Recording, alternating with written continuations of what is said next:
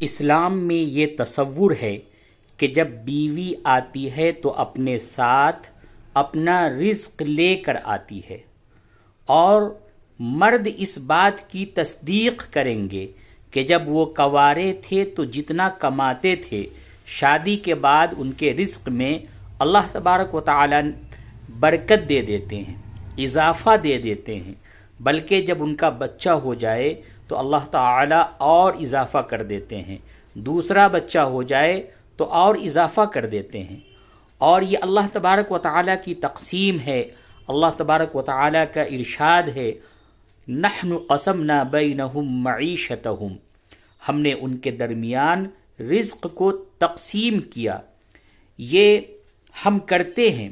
لہٰذا کتنے نوجوان تھے جو کتنے غریب تھے، شادی کے بعد ان کا ایسا نصیب کھلا کہ وقت کے ساتھ وہ سیٹھ بن گئے۔ تو بھائیوں، عورت اپنا نصیب اپنے ساتھ لے کر آتی ہے، چنانچہ دین اسلام نے عورتوں کے ساتھ بہت ہی زیادہ احسان کیا کہ ان کو حقوق دلوائے اور مردوں کو باندھ دیا کہ تم نکاح کے بغیر عورت کے قریب نہیں ہو سکتے۔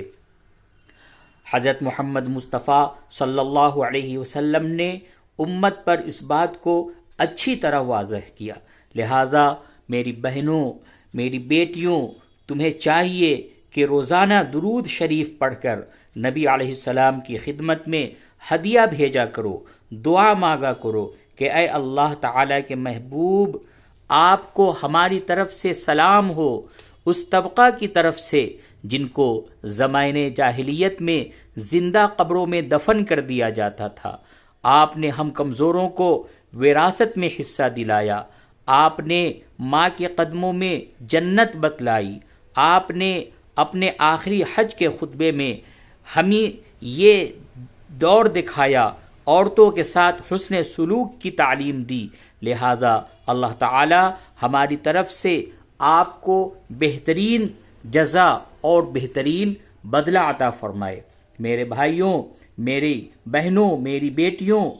حضرت علی رضی اللہ تعالی عنہ کا فرمان ہے، وہ فرماتے ہیں کہ مجھے میرے محبوب صلی اللہ علیہ وسلم نے فرمایا کہ چند چیزوں میں جلدی کرو۔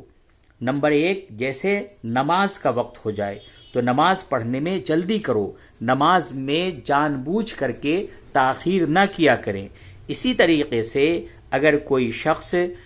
فوت ہو جائے، انتقال ہو جائے، تو پھر دفن کرنے میں جلدی کرو، دفن کرنے میں تاخیر نہیں کرنی چاہیے۔ اور نمبر 3، جب بیٹی جوان ہو جائے اور اس کے لیے رشتہ میسر ہو تو اس کی شادی کرنے میں جلدی کرو، اتنا جہیز ہو، ایسا مکان ہو، یہ وہ خواہشات ہیں کہ جن کی کوئی حد نہیں۔ دین اسلام نے کہا کہ ضروریات کی حد ہوتی ہیں، لہذا تم ضرورتوں کو پورا کرو، خواہشات کی کوئی حد نہیں ہوتی، لہذا خواہشات کے پیچھے مت پڑو۔ جتنا اللہ تبارک و تعالی نے دیا بس اس کے اوپر صبر و شکر کی زندگی گزارو۔ آگے بچے اور بچی اگر نیکی ہوگی، دینداری ہوگی، تو اللہ تبارک و تعالی ان کا رزق ان کو خود عطا فرمائے گا۔